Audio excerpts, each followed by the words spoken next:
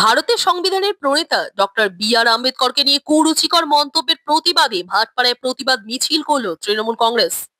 ভারতের সংবিধানের প্রণেতা doctor B.R.. আম্বেদকরকে নিয়ে সংসদে বিজেপি নেতৃত্বের কুরুচিকর মন্তব্য করার জন্য তৃণমূল সুপ্রিম মমতা বন্দ্যোপাধ্যায়ের নির্দেশে আজ রাজ্য জুড়ে প্রতিবাদের পথে নামলো তৃণমূল কংগ্রেস। তৃণমূল সুপ্রিম মমতা বন্দ্যোপাধ্যায়ের নির্দেশিকাকে মান্যতা দিয়েই ভাটপাড়া সহ তৃণমূল কংগ্রেসের এক বিশাল প্রতিবাদ মিছিল আয়োজিত হলো ভাটপাড়ায়। এদিন ভাটপাড়া আর্য সমাজ মোড় থেকে শুরু করে ভাটপাড়া বাজার মোড় পর্যন্ত গিয়ে শেষ হয় মিছিলটি।